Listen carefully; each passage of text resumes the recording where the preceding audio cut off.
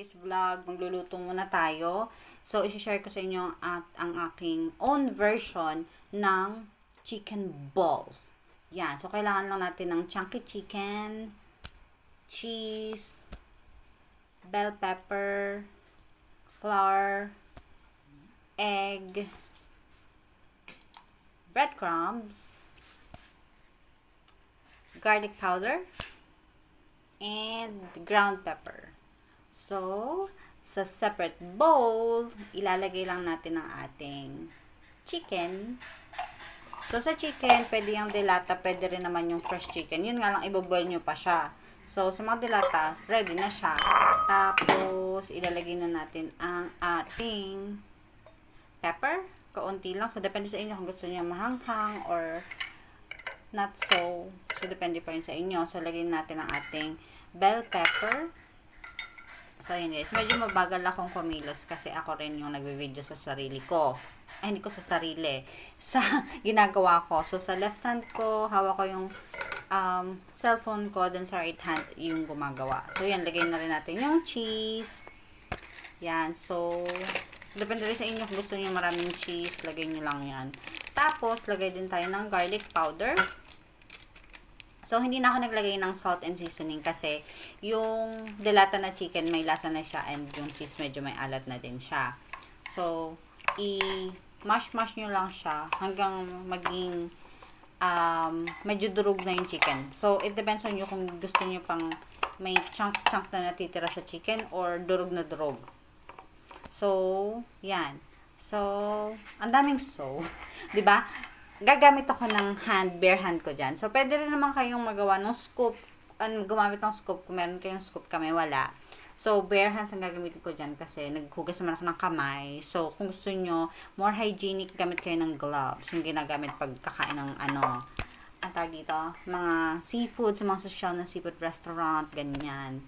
So, gawin natin is bilog-bilog lang tayo. Gawin mo, kung paano kanya binilog, ganun din. Bilogin mo ng bonggang-bongga yan. So, tapos ilalagay mo sa flour. Yan. O, diba? Nahirapan talaga ako mag-video niyan, girl. Tapos, pagkatapos mo ilagay sa flour, ilalagay mo na sa egg. Diba? Matapos kanyang ilagay sa flour, pakakapitin kanya sa egg. Yung kapit na kapit talaga sa kanya. Tapos, ilalagay mo na siya sa breadcrumbs. O, yan, diba? So, nakapag-invest ka na ng lahat ng fillings and everything. Kapit na kapit ka na talaga. Tapos, gawa ka ulit ng isang balls. Hanggang sa maubos mo na yung ginawa mo na yan. At lahat bilog na sila. God. So, yan. Bilog-bilog lang. Pinamay ko na talaga. Nahirapan talaga ako magbilog, guys. Kasi, baka malaglag yung phone ko sa ginagawa ko. So, ayan. Lagay ulit natin siya sa egg. Tapos, breadcrumbs. Yung hindi ko na napapakita yung procedure dahil akala ko, kita pa rin siya dun sa cellphone. Hindi na pala. So, ayan. Pangatlo. So, and so on and so forth lang yan, diba? Ganon din naman. Nagbibilugan din lang kayo ng ulo, so on and so forth, yung mga unlabeled bilugan ng ulo. Yung sinasabi sa kumain ka na ba? Gising ka na ba? Gising na ako, pero walang label. Ganon. So, ayan, bibilugin mo lang siya hanggang mabilog mo na lahat ng babae sa mundo. Charing. Tapos, maghahanda tayo syempre ng oil. Meron akong, so yan na nga lahat. Ang mga nabilog natin na chicken balls. Tapos, nag-preheat na ako ng oil. Kasi dapat pag inilagay mo siya, kumukulo na siya talaga yan. So, meron akong napanood na video. Cooking show din siya. Chef yung nagsabi. Hindi ko na lang matandaan kung sino. Pero legit, sabi niya, kailangan daw pag nagpa-fried, or nagpa-fry, past tense agad, nagpa-fried. Kung nagpa-fry ka, meron siyang distance sa isa't isa kasi ang mangyayari is, magkakaagawan sila ng heat. So, yan, dumistansya ka, lumugar ka, girl. Tapos, sa atin namang dip, ayan, pinapakita ko na yung dip. Nagsasalita pa ako about dun sa distance ng piniprito ko. Ayan, agad yung video ng dip. So, kailangan lang natin ng ketchup, na ayaw magpakuha, hard to get. Pero magpapakuha rin naman, alam mo yun.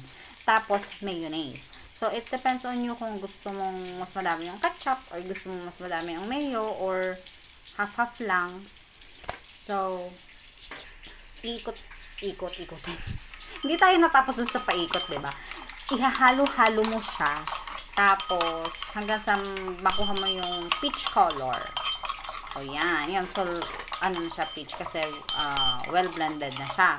Tapos, diba? Halo lang, girl. Tapos, yan yung ating finished product. O, diba? Merong ibang super brown kasi yan yung first batch. Siyempre, trial and error. Tapos, yung magaganda na yung pagka-golden brown, yun na yung second batch. So, ayan. So, pag biniak mo siya, ganyan. So, merong nagme-melt ng cheese. Kita mo yung bell pepper at yung chicken. So, di ba, kita mo pa yung chicken strips. So, try nyo din yan, guys. So, thank you for watching and don't forget to like and subscribe!